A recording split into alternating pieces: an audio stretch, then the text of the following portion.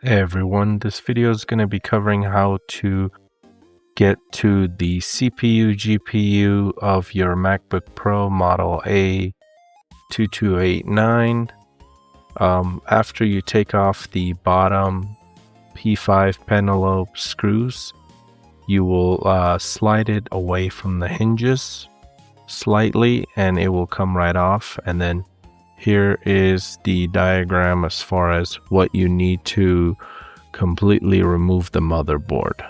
So follow this and let's go to the next part. So for these ribbon connectors, you want to push the back parts upwards and then use the tool that comes with the kit, slide it out, be very gentle with it.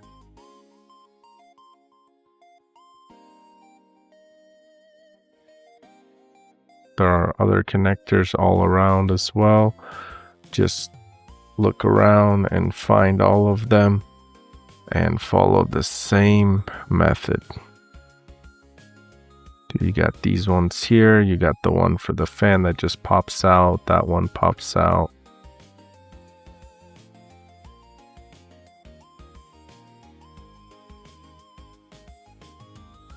So once you get all these removed, you should be able to just take off the motherboard.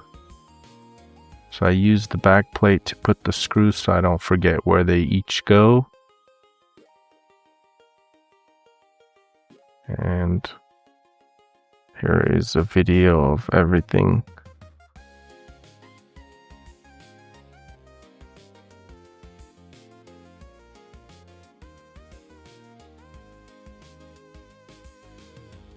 So here it is. It's being held down by these 4 screws. Go ahead and remove those. And once you do that, you'll be able to take this heatsink off and then use 91% alcohol to take all this gunk off and apply new thermal paste. You can also get thermal pads. You can cut them to size and put them over these bigger resistors so that it helps with the performance.